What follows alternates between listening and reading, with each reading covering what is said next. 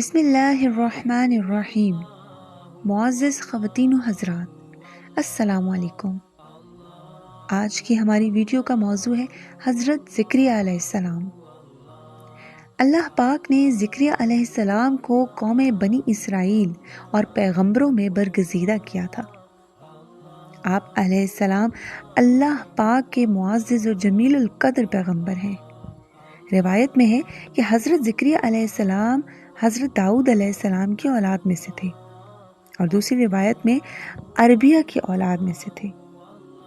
دن گزرتے گئے، ابراہیم اور یعقوب علیہ السلام کی نسل سے کچھ نیک لوگ پیدا ہوئے۔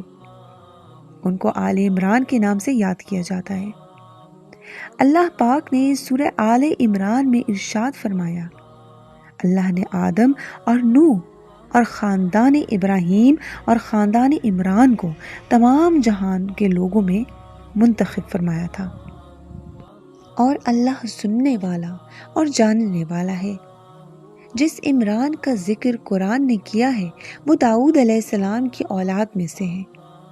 حضرت زکریا علیہ السلام کی بیوی یحییٰ کی والدہ اور مریم علیہ السلام کی والدہ حنا دونوں حقیقی بہنیں تھیں، اور زکریا علیہ السلام رشتے میں مریم علیہ السلام کے خالو تھے۔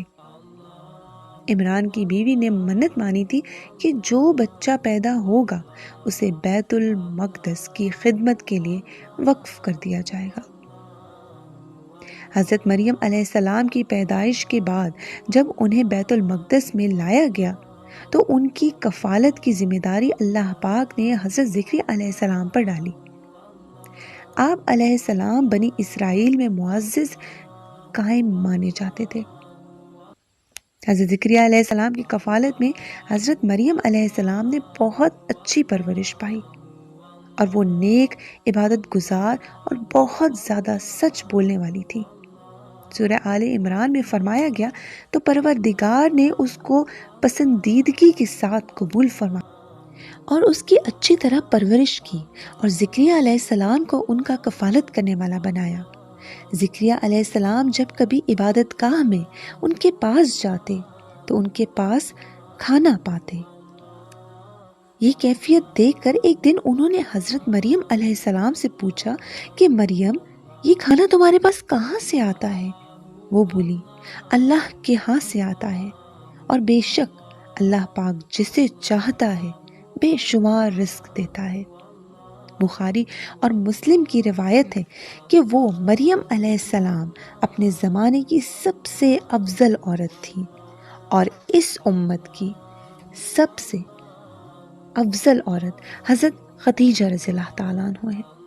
جب حضرت زکریا علیہ السلام حضرت مریم علیہ السلام کے کمرے میں جاتے تو ان کے پاس بے شمار بے موسم کے پھل رکھے نظر آتے۔ وہ پوچھتے، اے مریم، تیرے پاس یہ روزی کہاں سے آتی ہے؟ تو جواب دیتی، یہ اللہ کے پاس سے آئی۔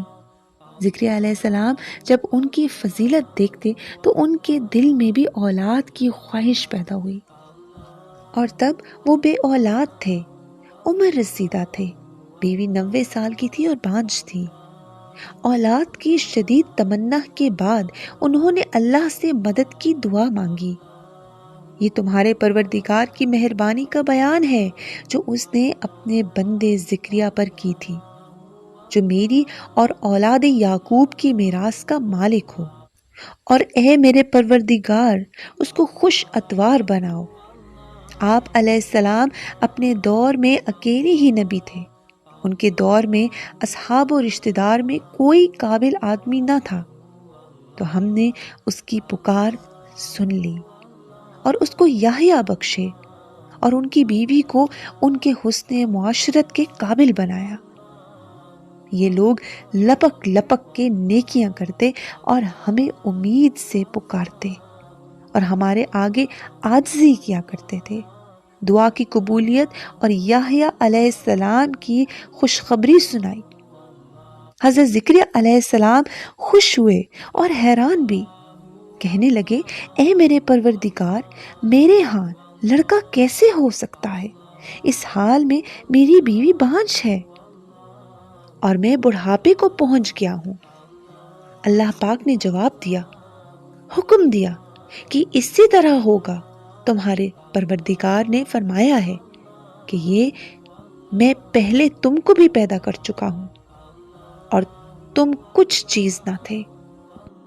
زکریا علیہ السلام نے کہا، اے میرے پروردگار، میرے لیے کوئی نشانی مقرر فرما دیجئے۔ اللہ پاک نے فرمایا، تم صحیح و سالم ہو کر 3 دن اور 3 راتیں لوگوں سے بات نہ کر سکو گے۔ چنانچہ وہ وقت آ گیا کہ آپ علیہ السلام 3 دن اور 3 راتیں بول نہ پائے اور صبح و شام اللہ پاک کی عبادت کرتے رہے۔ یہ نشانی ظاہر ہو گئی کہ ان کے ہاں اولاد ہونے والی ہے۔ وہ اپنی عبادت کے حجرے سے باہر آئے اور اپنی قوم سے کہا، صبح و شام اپنے رب کی عبادت کرتے رہو۔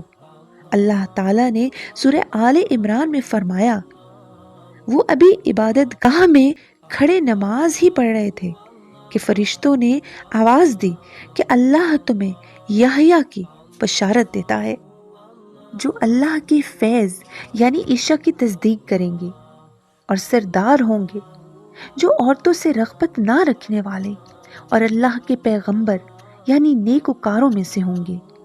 اللہ نے انہیں یحییٰ کے روپ میں ایک انتہائی نیک، صالح، پرہیزگار اور عبادت گزار بیٹا عطا فرمایا۔ زکریا علیہ السلام اللہ کا شکر بجا لائے اور بنی اسرائیل کو واضح نصیحت کرتے رہے۔ بنی اسرائیل کی خباثت یہ تھی کہ جب انہوں نے حضرت زکریا علیہ السلام کو قتل کرنے کا قصد کیا تو آپ کو ظالموں نے بچنے کے لیے درخت کے ایک کھوکھلے تنے میں جاتے ہوئے دیکھا۔ وہاں پہنچ کے آپ کو کہیں نہ پایا تو لوگوں کے پاس شیطان آیا اور بتایا کہ جس کو آپ تلاش کر رہے ہیں وہ یہاں ہے۔ اس کے بعد آپ کو شہید کر دیا گیا۔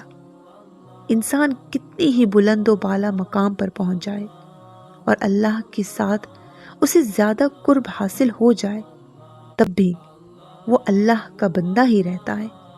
کسی بھی بلندی پر پہنچ کر اللہ یا اللہ کا بیٹا نہیں ہو سکتا اور نہ اس کا شریک ہو سکتا ہے۔ امید کرتی ہوں کہ آپ کو آج کی ویڈیو بہت پسند آئی ہوگی۔ اسی طرح اور پیغمبروں کے قصے سننے کے لیے میرے چینل استانی ولاگز کو ضرور سبسکرائب کیجیے گا اور بیل آئیکن ضرور دبائیے گا تاکہ آنے والی ہر اپڈیٹ، ہر انفارمیشن آپ تک بآسانی پہنچ سکے۔ شکریہ۔